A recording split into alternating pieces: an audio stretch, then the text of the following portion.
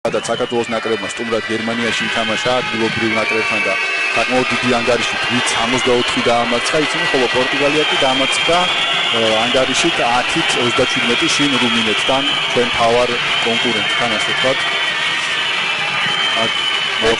ბეტანკური ემზადება რომ ჯარიმა დაარტყას. 5-3 ევროპს როდესაც ეს ძალიან უკვე ხოლმე ევროპულ ქვეყნებში ინგლისში, ირლანდიაშიც არ არის წესად სპენა. როდესაც ჯარიმას ასრულებს. სრული სიჩუმეა.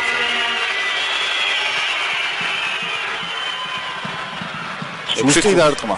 წინ გავიდნენ სტუმრები მატჩის მე-16 წუთზე 6-5 ანგარიში.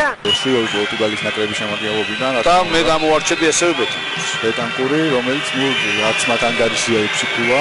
ლეოს ამას დაკიდებულს იღებს კარგად, შეტევაში კარგად წამოვიდა, ფიზიკურად შეგრე დიდი მოთამაშეა.